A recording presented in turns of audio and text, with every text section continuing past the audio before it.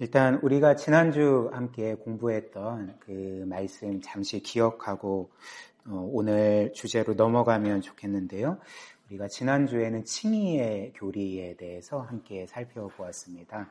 이 칭의라는 것은 칭이라는 말은 이제 칭하다라는 말이고 이제 의라는 것은 우리가 잘 아는 의로움이죠. 그래서 하나님께서 그리스도 믿는 우리를 의롭다, 영원토록 의롭다 선언해 주시고 받아주시는 것이 이 성경이 우리에게 알려주는 이신칭의의 교리입니다.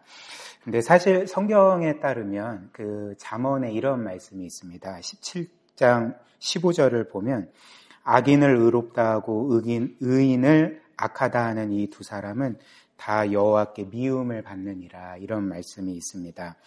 이렇게 그 악인을 가리켜 의로운 자다라고 하는 것은 여호와께서 가증스럽게 여기시는 일이라는 거죠. 근데 우리가 살펴본 것처럼 하나님은 그분이 가증스러워하는 그 일, 악한 자를 의롭다 하는 그 일을 친히 하셨습니다. 그리고 로마서 3장에 보면 하나님께서 우리 죄인을 의롭다 선언해 주심으로 그분의 의로움을 나타내셨느니라, 이렇게 말하고 있거든요. 사실 악인을 의롭다 칭하는 것은 불의한 일이죠. 근데 하나님께서 악인인 우리를 의롭다 선언해 주심으로 그분의 의로움을 나타내셨다는 것. 그러니까 하나님께서 죄인인 우리를 의롭다 선언해 주신 일 자체가 불의한 일이 아니라 의로운 일이다라고 성경이 우리에게 알려줍니다. 그렇다면 하나님은 어떻게 악인인 우리를 의롭다 하실까? 그리고 그 일 자체를 의로운 일이라고 이렇게 말씀해 주시는 것일까? 왜냐하면 하나님은 우리를 의롭다 선언해 주시기 전에 하나님의 공의의 요구, 즉 우리의 죄를 향한 하나님의 공의의 요구를 완전히 이루셨기 때문에 그렇습니다. 즉 죄로 인해서 원래 우리가 죽어야 되고 우리가 심판받아야 하나 그분의 외아들 예수께서 우리 대신 심판받고 십자가에 못 박혀 죽임당하심으로 우리의 죄에 대한 하나님의 공의의 요구를 완벽하게 만족시키셨기 때문에 하나님은 그리스도께서 죽으신 그 대속의 의거에서 이제 우리를 죄 없다, 그리고 그렇게 죽기까지 하나님께 순종하신 그 의로우심을 보시고 너희는 의롭다 우리에게 선언해 주셨던 것입니다. 그것도 어떤 일정 기간만 우리를 의롭다 선언해 주신 것이 아니라 그리스도의 의로움이 영원한 것이기 때문에 그분이 이루신 대속도 영원하고 그분이 하나님께 드린 순종도 영원한 순종이기 때문에 하나님은 우리를 이제 그리스도처럼 영원히 의로운 자라고 선언을 해주신 거죠. 그리고 이것이 제가 계속 말씀드린 우리의 구원의 사법적 측면이라 할 수가 있습니다. 그래서 우리 모두는 하나님의 심판대 앞에 서지 않습니까? 근데 하나님의 법정에서 죄인인 우리를 향해서 죄가 있는데 그리스도의 그 대속으로 인하여서 우리의 죄가 다 도말되어서 너는 무죄다 선언해 주시고 그리스도의 죽기까지 순종하시는 의로움에 의거해서 너는 모든 율법을 지킨 자와 같은 의로운 자다, 이렇게 선언해 주시는 게 우리의 이 구원의 사법적 측면인 거죠. 그리고 그 성경은 우리의 구원을 이렇게 사법적 측면에서만 말하지 않고 더 나아가 지위의 측면에서 이렇게 말합니다. 하나님의 원수였던 우리가 그분의 자녀가 된 것, 상속자가 된 것, 이렇게 말하는 거죠. 그래서 예를 들면 이제 제가 꾸며낸 이야기입니다. 과거에 어떤 한 왕이 있고 어떤 사람이 그 왕에게 반역을 했다고 칩시다. 근데 이제 반역한 군대가 토벌되고 반역의 괴수가 그 주동자가 잡히게 된 거예요. 그래서 왕 앞에 나와서 이제 심판을 받는 것입니다. 그럼 왕은 이 원수를, 이 반역자를 어떻게 판결을 내려야 되겠습니까? 이제 유죄 판결을 내려서 반역죄로 죽여야 되는 거죠. 혹은 삼족을 멸해야 되지 않겠습니까? 근데 그 원수를 너는 죄 없다, 그리고 너는 의롭다라고 선언해 주시는 게 이제 칭의라면, 오늘 우리가 이제 살펴볼 하나님의 자녀됨은 더 나아가서 그 원수를 자기의 자녀로 삼아 주시는 거죠. 놀랍게도. 물론 이런 일은 결코 일어나지 않습니다. 근데 역사상 실제로 일어난 일인 거죠. 하나님께서 원수인 우리를 의롭다 선언해 주셨을 뿐만 아니라 이제 너는 내 자녀라 이렇게 입양해 주신 것이 하나님의 우리를 입양하신 양자로 삼으신인 거죠. 웨스트민스터 소리문답 34문이 바로 그 내용입니다. 제가 질문을 읽고 답을 같이 읽겠습니다. 하나님께서 우리를 양자로 삼으심은 어떤 것입니까? 답. 우리를 양자로 삼으신 것은 하나님께서 값없는 은혜로 우리에게 행하신 일인데 이로써 우리는 하나님의 아들들로 받아들여지고 아들의 모든 특권을 가지게 됩니다. 이것이 바로 우리의 구원의 그 지위와 관련된 그 우리가 받은 은혜인 거죠. 그래서 요한복음 1장 12절도 이렇게 말합니다. 영접하는 자, 곧 그 이름을 믿는 자들에게는 죄 용서받을 뿐만 아니라 혹은 의롭다 선언받을 뿐만 아니라 하나님의 자녀가 되는 권세를 주신다. 이렇게 말하죠.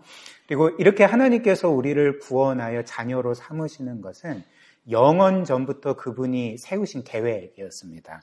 에베소서 1장 3절부터 5절 찬송하리로다 하나님 곧 우리 주 예수 그리스도의 아버지께서 그리스도 안에서 하늘에 속한 모든 신령한 복을 우리에게 주시되 곧 창세전에 그리스도 안에서 우리를 택하사 우리로 사랑 안에서 그 앞에 거룩하고 흠이 없게 하시려고 그 기쁘신 뜻대로 우리를 예정하사 예수 그리스도로 말미암아 자기의 아들들이 되게 하셨다. 자녀로 삼으시고 아들들로 삼으셨다. 이렇게 말하는 거죠. 근데 여기에서 뭐 쓸데없는 내용일 수는 있지만 보통 여성분들이 성경을 읽으면서 나는 여잔데 하나님께서 구원받은 자들을 아들들로 삼으셨다면 나는 제외되는 건가? 왜 나는 딸로 삼아주시지 않나 이렇게 생각하실 수도 있을 것입니다. 제가 전에도 말씀드린 것처럼 성경에서 이 아들들이라는 것은 상속자를 의미합니다. 왜냐하면 과거의 그리스 로마 시대나 유대 사회에서 이 상속자가 되는 것은 딸은 될 수가 없었습니다. 오직 아들만 상속자가 될 수 있었거든요. 그런데 당시에 이 복음이 혁명적으로 선포한 내용이 무엇이었습니까?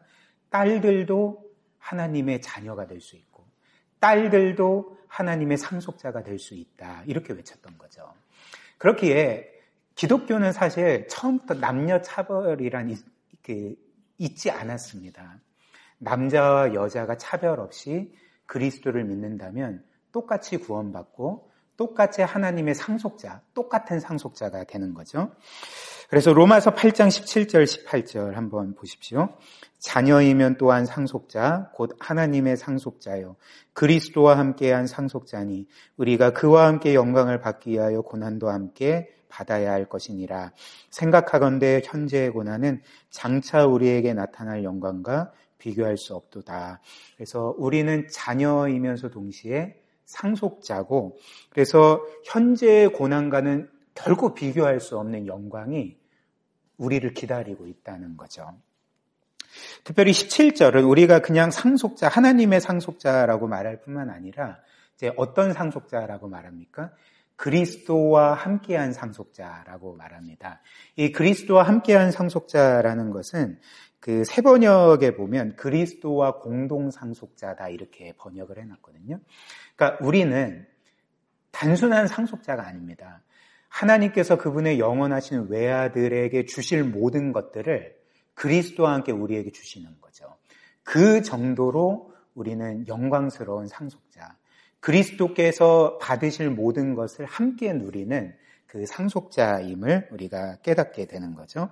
그래서 우리가 이 사실을 기억할 때 현재 우리의 손에 만져지진 않지만 또 우리의 눈에 보이지는 않지만 믿음의 눈으로 우리가 그리스도 안에서 모든 것을 가졌음을 믿고 산다면 오늘 이 로마서 8장 18절처럼 현재의 고난은 우리에게 아무것도 아닌 거죠. 왜냐하면 현재의 고난과는 비교할 수 없는 영광이 이제 우리를 기다리기 때문에 우리는 모든 것을 넉넉하게 기뻐할 수 있고 없는 중에서도 기쁨과 감사함으로 살아갈 수가 있는 것입니다. 그 다음 두 번째로 하나님이 우리를 자녀로 삼아주셨다는 것은 이제 우리가 그 하나님을 아버지라고 부를 뿐만 아니라 아빠 아버지라고 부를 수 있음을 성경이 우리에게 알려줍니다. 그래서 로마서 8장 14절 15절 보면 이제 이런 말씀이 있습니다. 무릇 하나님의 영으로 인도함을 받는 사람은 곧 하나님의 아들이라. 너희는 다시 무서워하는 종의 영을 받지 아니하고 양자의 영을 받았으므로 우리가 아빠 아버지라고 부르짖느니라, 이렇게 말합니다. 여기에서 아빠 아버지라는 것을 원문 헬라어로 보면 아빠 파테르라고 이렇게 되어 있습니다. 그래서 그 아빠라는 것은 우리말로 그냥 아빠를 의미하거든요. 그래서 좀 비슷하죠. 그래서 이것은 뭐냐면 어린 아이가 아버지를 친근하게 부르는 호칭인 거죠. 이는 무엇을 의미할까요? 하나님께서 우리를 그분의 양자로 삼아주시고 그분이 우리의 아버지가 되셨다고 할 때 그분이 단지 호칭만으로만 아버지가 아니라 그냥 내가 아버지로는 부르나 뭔가 다가가기 힘들고 뭔가 두려운 분이 아니라 뭘 의미합니까? 우리가 언제든지 어떤 상황에서든지 아빠라고 부르면서 그분의 사랑을 확신하며 의지하고 간구하고 도움을 구할 수 있는 존재라는 거죠. 특별히 그 성경에서 우리로 하여금 하나님을 아빠 아버지라고 부르게 하시는 분은 누구십니까?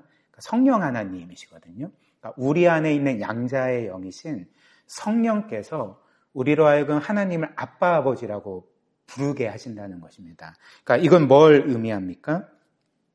사실 이렇게 아버지를 아빠라고 부르는 것은 그 아버지에 대해서 두려움이 없는 것을 의미하지 않겠습니까? 그리고 그 사랑을 확신하여서 이 아버지는 나를 결코 버리지 않는다. 그리고 이 아버지는 나를 끝까지 책임지시고 나를 사랑해주고 나의 필요한 모든 것들을 공급하고 나를 지켜 보호해 줄 거다라는 확신이 있는 호칭 아니겠습니까? 뭔가 두려움이 있다면 우리는 그 대상을 아빠라고 부를 수 없을 것입니다. 근데 성령께서 우리로 하여금 하나님을 아빠라고 부르게 하는 것은 하나님께서 이런 존재임을, 우리를 끝까지 사랑하시고 끝까지 지키시고 결코 우리를 버리시거나 방치하지 않으시는 분임을 우리가 깨닫게 되는 거죠. 그래서 이런 이유로 로마서 8장은 이렇게 성령으로 하여금 우리가 하나님을 아빠 아버지라고 부를 수 있다라고 말한 후에 이제 자녀로서 갖는 특권들을 이제 계속 열거합니다. 그래서 로마서 8장 28절 한번 보십시오. 우리가 알거니와 하나님을 사랑하는 자 곧 그의 뜻대로 부르심을 입은 자들에게는 모든 것이 합력하여 선을 이루느니라. 왜 모든 것이 합력하여 선을 이룹니까? 우주 만물과 이 세상에 일어나는 모든 일을 주관하시는 창조주 하나님께서 우리가 아빠라고 부를 수 있는 분이기 때문에 그런 거죠. 우리를 정말 사랑하는 자녀로 대하시기 때문에 우리에게 일어나는 모든 일이 합력하여 선을 이루게 됩니다. 또 로마서 8장 32절 자기 아들을 아끼지 아니하시고 우리 모든 사람을 위하여 내주시니가 어찌 그 아들과 함께 모든 것을 우리에게 주시지 아니하겠느냐. 하나님은 우리를 자녀로 삼아주셨을 때에 그 아들을 우리를 위하여 아낌없이 내어주실 정도로 사랑하시고 그 아들과 함께 우리에게 모든 것을 주실 정도로 우리를 사랑하시는 우리 아빠라는 거죠.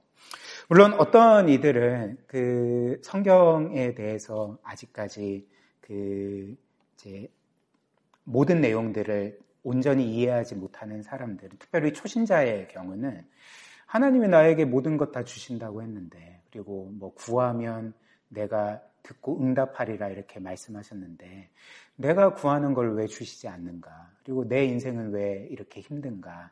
이렇게 좀 불평을 털어놓을 수도 있을 것 같습니다. 근데 이와 관련해서 그 팀켈러 목사님이 이런 말을 했거든요. 만약 우리가 하나님이 가진 지식을 갖고 있다면, 그래서 하나님처럼 우리도 과거, 현재, 미래를 한눈에 보고 일어날 모든 일들을 안다면 하나님은 우리가 이 모든 것을 알았다면 우리가 반드시 하나님께 구했을 그것을 주신다라고 말씀을 했습니다. 그러니까 무슨 의미인지 아시죠? 그러니까 우리는 사실 우리에게 가장 좋은 것을 안다고 생각하지만 실제로는 모른다는 것입니다. 그 인생사 세옹지마라는 말 있잖아요. 그러니까 당장 우리에게 좋은 것이 나쁜 것이 될 수도 있고, 당장 우리에게 나쁜 것이 좋은 것이 될 수 있는 것이 우리의 인생 아닙니까?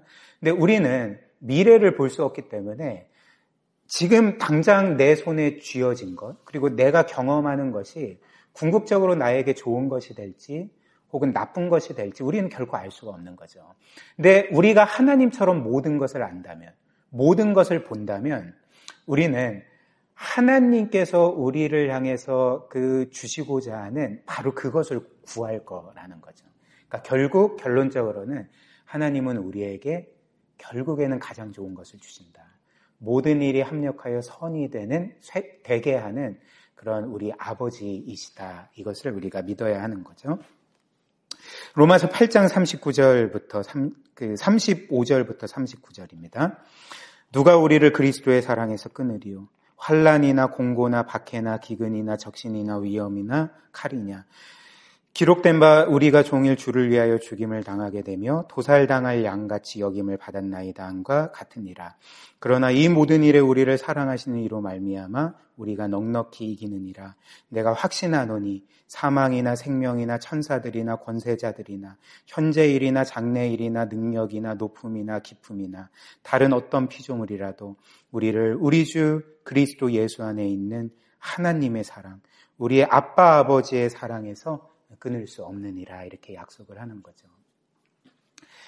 우리의 아버지는 결코 우리를 포기하지 않으십니다. 이 세상에 어떤 일이 일어나도, 어떤 세력이 우리를 공격한다 할지라도, 심지어 우리가 때로는 죄를 짓고 하나님을 멀리 떠난다 할지라도 우리의 아빠 아버지께서는 결코 우리를 포기하시지 않는 거죠. 우리를 반드시 그 영광스러운 나라로, 그분의 영광스러운 품으로 안으실 때까지 우리를 지켜 보호하신다는 것, 바로 이 말씀이 우리에게 확증해 주고 있는 거죠. 그래서 웨스트민스터 소리문답 36문은 우리가 이렇게 하나님의 자녀가 되었을 때 누리는 복에 대해서 이렇게 말합니다. 제가 질문을 읽고 답을 같이 읽겠습니다. 우리가 칭히 하나님의 양자됨 성화에서 얻는 유익은 무엇입니까? 칭히 하나님의 양자됨 성화에서 흘러나오는 유익은 하나님의 사랑에 대한 확신, 양심의 평화, 성령 안에서의 기쁨, 은혜의 증가, 그리고 세상 끝날까지 믿음으로 인내하는 것입니다. 그래서 하나님이 우리의 아빠 아버지시라면 우리는 하나님의 사랑을 언제든지 확신할 수가 있는 거죠. 또한 양심의 평화를 누릴 수가 있습니다. 왜 그럴까요? 우리의 죄는 이미 그리스도 안에서 해결됐기 때문에, 그 하나님 아버지께서 그 아들을 죽이심으로 우리의 모든 죄값을 치르셨기 때문에 우리는 양심의 평화를 누리고 또 성령 안에서의 기쁨을 누리고 계속적으로 증가하는 은혜를 경험하게 되고 마지막 세상 끝날까지 믿음으로 인내할 거다, 이렇게 말합니다. 세상 끝날까지 믿음으로 인내하는 것은 우리가 하는 것입니까? 아니면 누가 하는 걸까요? 그러니까 우리가 세상 끝날까지 믿음으로 인내할 수 있는 이유는 우리의 인내심이 뛰어나기 때문이 아니라 이 아버지께서 우리를 붙드시기 때문에 그런 거죠.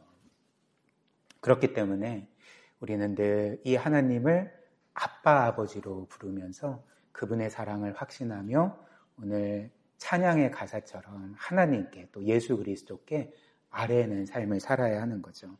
그리고 이렇게 하나님께서 우리의 아버지가 되신다면 우리에게는 사실 원리적으로 근심이 있을 수 없습니다. 우리에게는 그 모든 근심들을 넉넉하게 이길 수 있는 힘을 얻게 될 것입니다.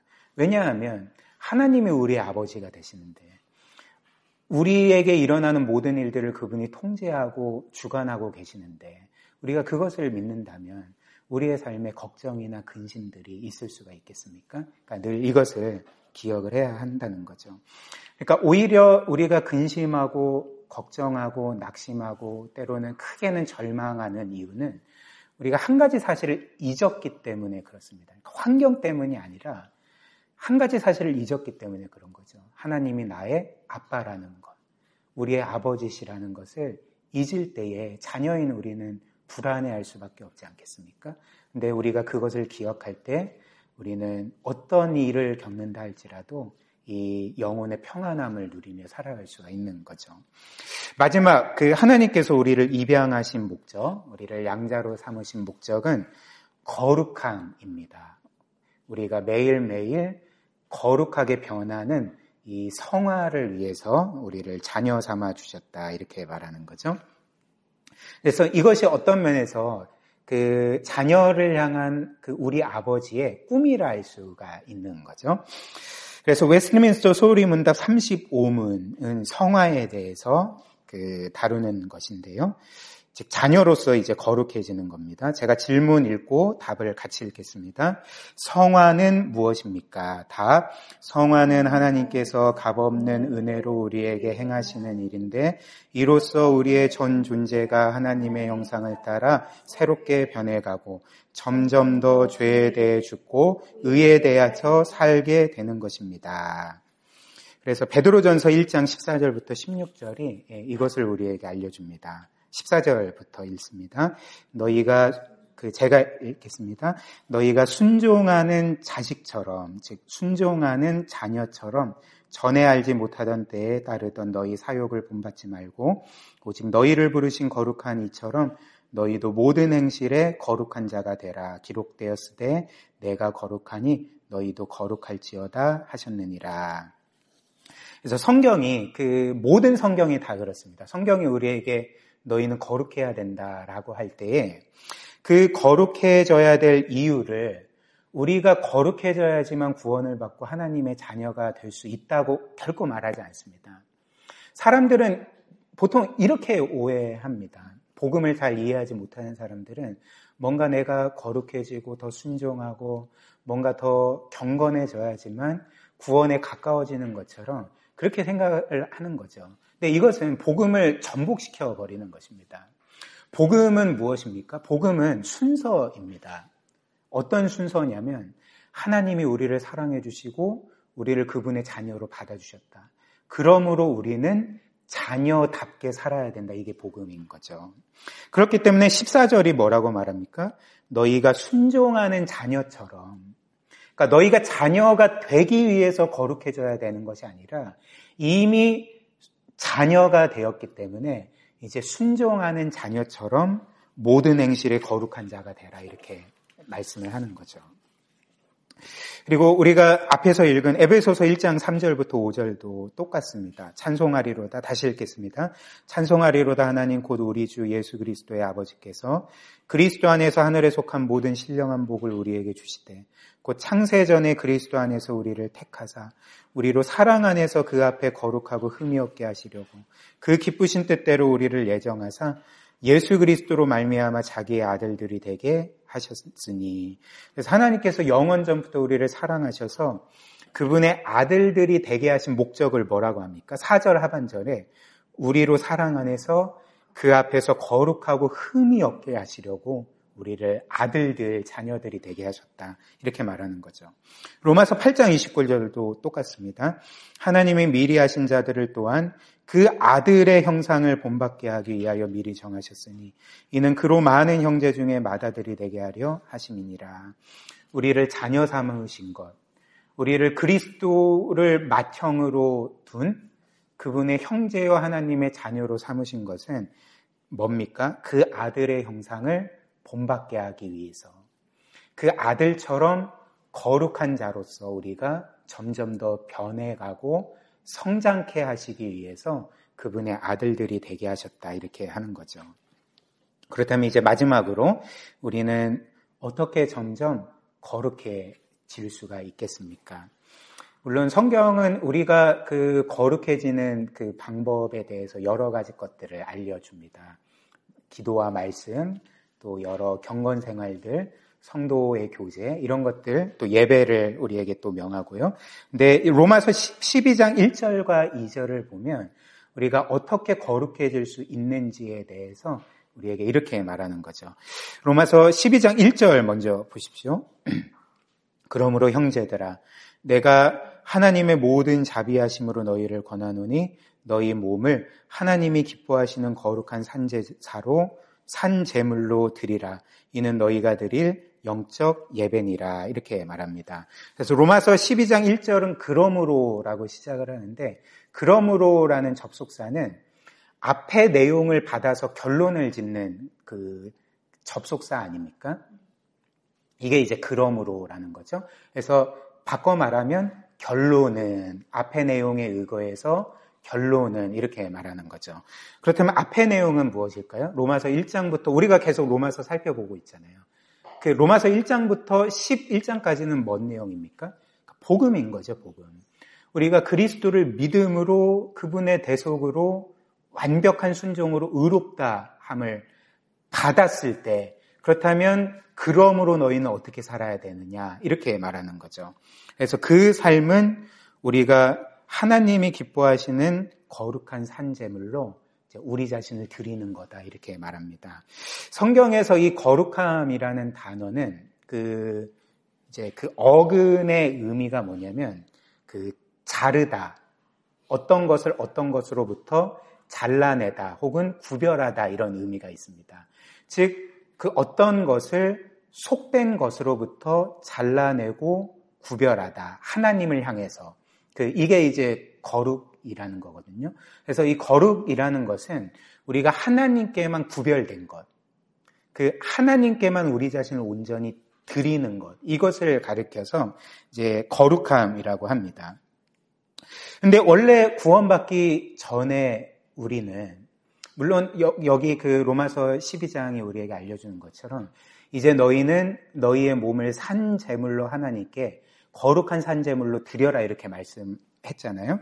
근데 원래 구원받기 전에 우리는, 구원받기 전에도 우리는 원래 우리의 것이 아니었습니다. 우리는 하나님의 것이었습니다. 왜냐하면 하나님께서 우리를 창조하셨고 우리는 피조물일 뿐이기 때문에 사실 우리의 모든 것이 하나님의 것이었던 거죠. 근데 더 나아가서 구원받은 이후에는 더더욱 우리는 하나님의 것이지 않겠습니까? 하나님께서 창조하셨을 뿐만 아니라 그분의 아들의 생명값으로 우리를 구속하셨기 때문에, 값을 주고 우리 자신을 사셨기 때문에 구원받은 이후에는 더더욱 우리는 하나님의 것이라는 거죠. 그렇기 때문에 우리는 이 사실을 기억하면서 끊임없이 우리 자신을 이제 그분의 기뻐하시는 거룩한 산제물로 드려야 하는 거죠. 그래서 우리의 개인의 경건 생활이나 이 예배의 시간만 하나님께 드리는 것이 아니라, 우리는 보통 우리의 삶의 전체에서 우리는 그냥 경건 시간만 하나님께 드리고 혹은 예배 시간만 하나님께 드리지 않습니까? 그리고 나머지 시간은 내 거라고 하면서 살아가지 않습니까? 근데 오늘 뭐라고 말합니까? 우리의 몸 자체를, 우리의 전 생애 자체를, 우리의 삶의 모든 계획과 목적과 하는 모든 일과 또 우리가 소유한 모든 일, 꿈꾸는 모든 일을 하나님께 드려야 된다는 거죠. 거룩한 산제물로 그분의 손에 예배로서 드려야 한다는 것입니다. 그래서 결론적으로는 나는 내 것이 아니라 하나님과 그리스도의 것임을 인정하면서 나를 위한 삶이 아니라 그분을 위한 삶을 사는 것이 이 거룩의 이제 첫 번째, 거룩한 삶을 살아갈 수 있는 첫 번째 단계인 거죠. 그렇다면 어떻게 이 일이 가능한가? 우리는 어떻게 끊임없이 우리 자신을 하나님께 거룩한 산제물로 드릴 수가 있는가? 2절입니다. 너희는 이 세대를 본받지 말고 오직 마음을 새롭게 함으로 변화를 받아 하나님의 선하시고 기뻐하시고 온전하신 뜻이 무엇인지 분별하도록 하라. 우리는 우리 자신을 하나님의 기뻐하시는 거룩한 산제물로 어떻게 드릴 수 있습니까? 이 세대를 본받지 않고 마음의 새롭게 됨과 변화됨을 받아서 하나님의 뜻을 온전히 분별하여 그 뜻대로 살아갈 때 우리는 우리 자신의 모든 것을 하나님께 드릴 수가 있는 거죠. 한번 생각을 해보십시오. 우리는 이 세상을 살아가지만 저나 여러분들이나 결코 이 세상에서 중립 상태로 살아갈 수 없습니다. 우리는 끊임없이 어떤 것에 영향을 받게 되어 있고 어떤 것으로부터 어떤 것에 의해서 계속 빚어져 가는 거죠. 우리가 계속 시간을 보내는 것, 우리가 관심 있어 하는 것, 우리가 사랑하고 기뻐하는 것, 이런 것들로 인해서 우리는 계속 영향을 받게 되어 있고 그것으로 우리의 존재가 빚어져 간다는 것입니다. 그래서 이 세상에서 우리는 결국에는 세상의 영향을 받든지 아니면 하나님의 말씀의 영향을 받든지 세상의 모습으로 빚어져 가든지 아니면 하나님의 말씀으로 우리 자신이 빚어져 가든지 둘 중에 하나라는 거죠. 근데 이것은 또 바꿔 말하면 뭘 의미합니까? 우리가 중립 상태로 존재하지 않는다는 것. 끊임없이 영향을 받아서 그것으로 인해서 우리의 존재가 빚어진다는 것은 우리가 이 세상을 살면서 이 세상에 대해서 아무 일도 하지 않는다면 그냥 무방비 상태에 있는다면 우리는 필히 이 세상으로 인하여서 빚어져 가게 되어 있다는 것입니다. 이 세상의 모습으로 우리 자신이 형성되게 되어 있다는 거죠. 이것이 이제 이 세대를 본받는다라는 것의 의미입니다. 그렇다면 이 세상을 본받으면 우리는 우리 자신을 하나님의 기뻐하시는 거룩한 산재물로 드릴 수가 없는 거죠. 그렇다면 어떻게 해야 되겠습니까? 이 세상이 아니라 우리는 하나님의 말씀에 영향을 받고 하나님의 말씀에 감화되고 하나님의 말씀으로 우리의 마음이 계속적으로 새롭게 되고 변화받고 그 말씀으로 우리가 빚어지고 형성되고 그 말씀의 뜻을 분별하고 그 말씀을 따라 살아감으로써 이제 우리 자신을 하나님께 온전히 드리는 그런 거룩한 삶을 살아가게 됩니다. 그래서 이를 위해 우리는 늘 이 말씀을 가까이 하고 이 말씀을 읽고 또 묵상하고 알아가는 일에 게으르지 아니하고 이 말씀 안에 우리의 영적인 생명이 있다는 것을 늘 기억하면서 이 말씀을 늘 가까이 하고 또 그 말씀 안에 거해야 한다는 거죠. 그렇게 할 때 우리의 마음은 오늘 이 말씀처럼 점점 새롭게 되고 변화를 받고 하나님의 선하시고 기뻐하시고 온전하신 뜻이 무엇인지 분별하고 그 말씀을 따라 살아갈 수가 있을 것입니다. 이러한 귀한 은혜가 저와 여러분들의 삶 가운데 있기를 주님의 이름으로 축복합니다.